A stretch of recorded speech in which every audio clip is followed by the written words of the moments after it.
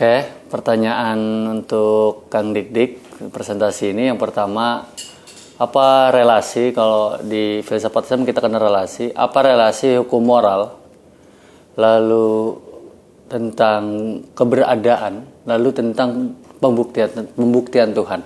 Apa relasi dari ketiga hal tersebut sehingga saling membuktikan? Itu yang pertama. Yang kedua, tadi tentang sering Kang Dik-Dik mengutip Immanuel Kant. Kita di filsafat Islam, saya minta terutama dari Neo Sadrian, dari mungkin Alam At-Tabatabai, Martin Mutahari, Taqi Yazdi, apa kritik beliau terhadap ateis dan juga terhadap Immanuel Kant sendiri? Karena kita kampusnya filsafat Islam. Mungkin itu saja dari saya.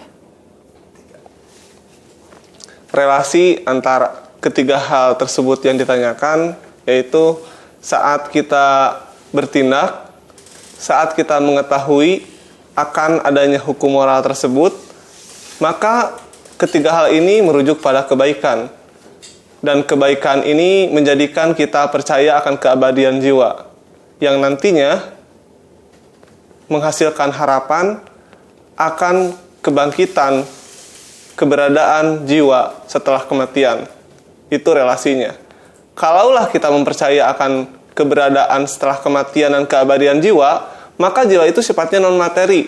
Ketika sifat jiwa non-materi bergantung kepada hal yang lebih sempurna lagi, itu yaitu sumber jiwa sendiri. Sumber jiwa itu berasal dari mana? Kebaikan itu bersumber dari mana? Kalau bukan dari keberadaan Tuhan. Maka fisik ini boleh dikatakan tidak memiliki apa-apa, dan indera ini tidak mengetahui apa-apa. Namun setelah kita mengetahui moral itu sendiri dan mempercayai akan iman setelah kematian dan mempercayai kejiwaan yang abadi, maka jiwa itu mestilah bergantung pada sumber jiwa yang lebih sempurna, yaitu sumber kebaikan, keberadaan Tuhan. Itu jawaban yang pertama. Jawaban yang kedua, relasi mengenai Neo Sadrian dari filsafat Islam, atau relasi dari Sadra. Kita filsafat Islam tentunya, kampus kita kan bernama Sekolah Tinggi Filsafat Islam Sadra, yang kita akan bahas mengenai filsafat Islamnya bukan dari Immanuel Kant sendiri. Nah, saya akan bahas penolakan dari keateisan ini. Penolakannya, kalau orang ateis tidak mempercayai akan keberadaan jiwa.